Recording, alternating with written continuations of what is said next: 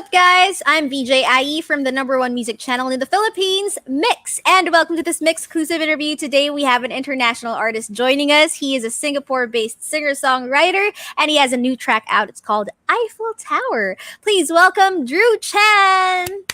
Hey, how's it going, IE? Well, it's great here in the Philippines. May we know where you're joining us from? Yeah, I'm in Singapore right now, and it's been hot and warm and humid all day. Oh, so basically the same. Mm, Same with us here basically in the the same. Philippines. Well, thank you so much for joining us today, Dru Chen. We're happy to have you here for the first time on Mix. So we'd like to know more about you, where you came from, the whole shebang. So let's get right to it, Dru. First up, Sure. can you tell us about your childhood, like where you were born, where you grew up, how you fell in love with music? Absolutely. So I was born in Melbourne, Australia, and I basically moved to Singapore at a very young age. My dad got a job here, and so we moved with him. I was about 7 years old. I think before then, I vaguely remember. So my parents are from originally from Malaysia, and Mm-hmm. so sometimes we would visit. I was like probably 4 years old or something, and my uncle would pick me up and put me on his shoulders, and we go on Mm-hmm. to like those medicine shops and those herbal places, and then he would like have me sing for all the uncles and aunties. So that's probably my earliest like musical memory. Do you But remember after, like yeah. which songs you would sing during those Oh, times? they were all like tunes in Cantonese and all the different languages and stuff. So I won't know. I don't remember anymore. But Oh, but right now, somehow like, they how many remember. languages can you speak? Uh, well, really, I'm only fluent in English, I gotta say. But I can speak a little bit of, Chinese and things like that. I can't speak Tagalog at all, unfortunately. Sadly. But that's cool. That's cool. Have you ever been to the Philippines, though? Once I've been a couple years ago, and we came and played a couple of little, like small little shows, and ate a lot of street food. It's just incredible. The adobo was just so good. Oh, that's great. You still remember the adobo. Was it chicken or pork? I think we had both. We tried on two different occasions. Yeah.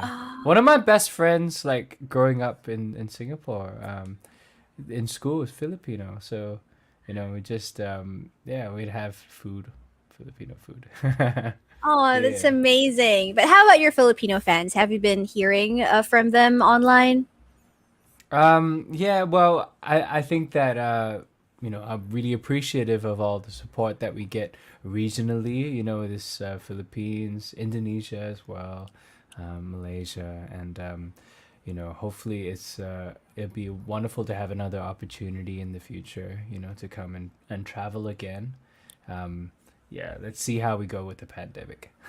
Yes, for sure. How But are things over well, there? How are things in the Philippines? it's so bad. Like Really? everyone is still required to wear face masks and Mm-hmm. shields. Mm-hmm. Yes, we're still in quarantine. Right now, as you can Mm-hmm. see, I'm in my bedroom because we can't go out yet.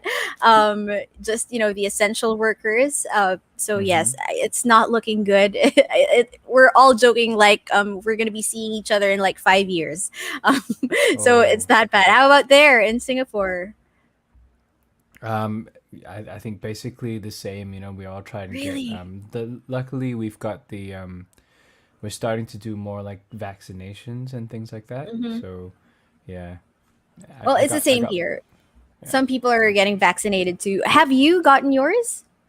Yeah, I'm actually in education as well. I'm a lecturer too. So because of that, I have an opportunity to get vaccinated. It's so funny. It feels like you got really punched on the arm. That's what it Hmm. feels. Have you got yours, right? Not yet, but my mom Oh, yeah. did, and yes, Okay. that's how she described it. Her arm was so Yeah. heavy afterwards. Yeah. Yeah. Even though no So, one punched. so what do you teach, by the way? Well, basically anything to do with what it is that I do, as a music technologist. So, like audio, sonics, production, music, arranging, that sort of thing. So Oh, and yeah. are your students aware that their teacher is, a recording artist? Well, I mean, sometimes in the past, I have been able to use some examples, you know, to bring it in. Like it can be quite interesting, if we bring in like real world examples of songs that I'm working on and things like that, just to make sure everyone gets inspired, like Mhm. so they get excited to do their own songs too. Yeah, that's the Wow, that's idea. great. Your whole world Yeah, really is about music, even your day job. But has it always been like yeah. this since you were young? Like, have you always dreamed that you would be in this situation, or were there other jobs that you wanted to do as a kid? I well, okay, when I was really, really little, Mm-hmm. um, I remember that there would be these uh, like okay, this is back in Melbourne when I was like probably 5, 6 years old, and Mm-hmm. there would be back then you had like cars like showrooms for cars and things like that. Mm-hmm. So my dad would take me there just to look out from outside the window because it's like bonding time, and I got really interested, like I would draw all these pictures of cars and things like that, like design, like, and it's so much detail. Like you look at the dashboard inside, and you'd have all those things. So pretty nerdy as a kid, but I I thought you ended were up gonna say you wanted to become a racer, but then no way, you wanted to no. become a designer of cars. Is that Yeah, it? yeah. But then Ooh. soon after that, music took over, and it's been my, you know, fascination ever since. Yeah. So, do you remember that point in your life when you realized that you really wanted to be in the music scene? Like, um, you're gonna take this seriously, not just a hobby. Like, do you remember what it was that made you decide to do that? Hmm. I think that well from an early age, it was quite a singular. I would say almost like an obsession in a way, which is kind of strange. I think I learned a lot more about um life, later on, like bit of a late bloomer because I was so singularly focused, and I found that you know through music it was a way of helping like self-esteem and almost like at an early age maybe a bit of like coping because Mm-hmm. moving so much throughout my childhood is a bit hard to fit in sometimes. So I thought that from that perspective maybe it was something that I used to cope. But later on I found out, okay, well maybe music can actually help people to and express themselves. If like doesn't matter if they have to be like a pro or really good at music, or it's just something that they can do to express themselves. I'm all for that. So yeah, So, is I that like guess yeah. your mission, vision, your mantra when uh it comes to music? You want well, to I produce. inspire and help people? Yeah, I produce as well. So, there's a whole bunch of things that I do. I guess right now I'm really lucky because I've got a wonderful group of people who work in for like the stuff I put out as Drew, Um like we have an incredible team with Dex, Joel, Shasha, all the people involved, and they, yeah, hopefully it's a chance for them to also express themselves within what I do. Like it's not just all about the music; it's also about the social media and also about the uh, managing the Mm-hmm. artist and putting it all together. Like choosing the songs and things like that. So it's always a team Exactly. effort. Yeah. It takes a Yeah. village. Exactly. Yes. Oh yeah. Not many Like people radio. know that. Hmm. Yeah. Yes. But Drew, now that you've mentioned that you're putting music out there as Dru Chen, Yeah. that caught my attention. So, is your name really Dru Chen, or is that Oh, short for something? on my passport it's actually Andrew. Oh, Andrew Chen. Okay, there Okay. you go. And I thought that if you spell it like EW, Mhm. like it would sound too much like a country music sort of guy. So I changed it to a U, I don't Mhm. know. I just put a bit of a twist to it. Okay, so that's where it came from. Not All that right, I now, don't like country. I'm just not very good at yes, it. exactly. Mm, Now let's talk about Eiffel Tower. I saw sure. one of your videos on YouTube like 5 years ago. There was like this fast question and answer portion, and you were asked like, "What country do you want to visit the most?" And you said France. Oh my So during goodness. that time, you might not have been to Paris yet. But No. how about now? I mean, you wrote a song about Eiffel Tower. Wow, you really did your research. I'm so impressed. That's incredible. I forgot I said that, actually. Yeah. No, it's sad, but we just can't travel. No one can travel at all. And even though that was 5 years ago, and yeah, but I guess it's still on the bucket list. I mean, it's such a famous place for the art and for the dining and everything. Hmm. Sounds so fancy. Yeah. Exactly. So, okay, now let's talk about the song Eiffel Tower. Why did you decide to write about it, about, being, as high as Yeah. the Eiffel Tower and everything? Where did Yeah. the concept come from? Well, okay. So, uh I guess okay, the safe way to explain it would be that okay. So I wrote a song from that metaphor, Hmm. being high, like being high as the Eiffel Tower, and my manager and also in charge of like sort of helping me choose the songs to record and the direction, like creative direction. So his name's Hmm. Joel. He's really amazing, and so I did another song. It's a completely different song, but it had the line, "It's all because of your love. This got me higher than the Eiffel Tower." Right, and then it goes, "It's all natural high," you know. So I had that lyric, and he's like, he listened to the whole song, and then Joel just said, "Okay, just turn that line into like a new song. Write a song around that line because that line is like something that really sticks in his mind. Like he liked the imagery." So I was like, "All Hmm. right, challenge accepted. Let's do it," and end up writing the song about. I mean, really, it's just to use the name Eiffel Tower, as a metaphor, but then it also has some sort of imagery to it. Whether because for me, I'm afraid of heights. I'm actually scared of heights. So Oh, so if you ever visit Paris, would you go up the Eiffel Tower? well, maybe as a challenge. Yeah. But naturally, like Hmm. naturally, if there wasn't any like dare or challenge, I probably wouldn't do it. So I don't, and it's also like, you know, like when obviously when you put yourself out there in terms of a relationship, you know, Hmm. it's there's always a chance of danger, like vulnerability, if somebody because you have to open up to be like actually involved with someone, and there's gonna be a chance that it could go wrong.